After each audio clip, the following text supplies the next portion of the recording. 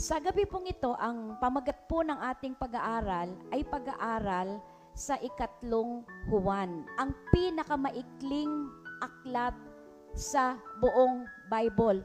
Pag pinagsama-sama po natin yung 66 books of the Bible, ang pinakamaikli po dito ay ang 3rd John. Ang tanong, paano nalaman na ang 3rd John nga ang pinakamaikling aklat sa Biblia?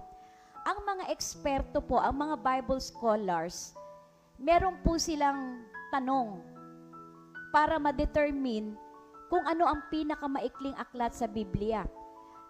Ang pagbabasihan ba ay ayon ba sa dami ng verses o ayon sa dami ng mga salita? Hindi po yun ayon sa dami ng mga verses, kasi ang verses, alam po natin, ay hindi inspired.